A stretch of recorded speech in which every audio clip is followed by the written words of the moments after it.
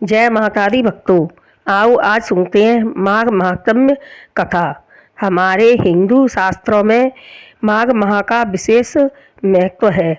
माघ माह में नहाना, दान देना, भगवान की पूजा करना, जप तप होम यज्ञ आदि का महत्व तो है ही, तिली का भी विशेष महत्व है।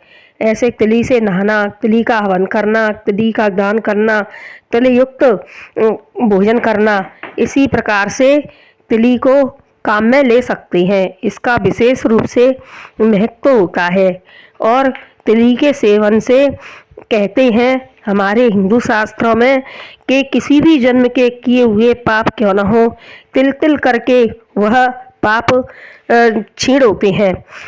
तो यह थी तिल महात्म्य। अब कथा सुनते हैं। माघ मास का पहला अध्याय। श्री नैमिषारण्य क्षेत्र में मुनिजनों ने परम भागवत श्री सूत जी से कहा कि हे मुने, अब आप कृपा करके माघ मास की उस पवित्र कथा का वर्णन करें जो कि वशिष्ठ भगवान ने दिलीप से कहा था, जिससे प्राणी के समस्त पाप नष्ट होते हैं।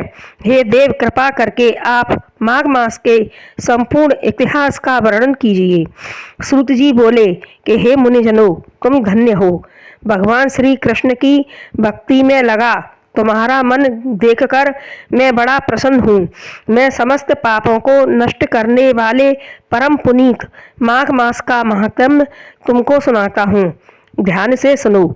एक दिन पार्वती जी ने भगवान शंकर जी से पूछा कि हे महादेव जी, आप समस्त धर्मों के ज्ञाता हो, आप कृपा करके मुझे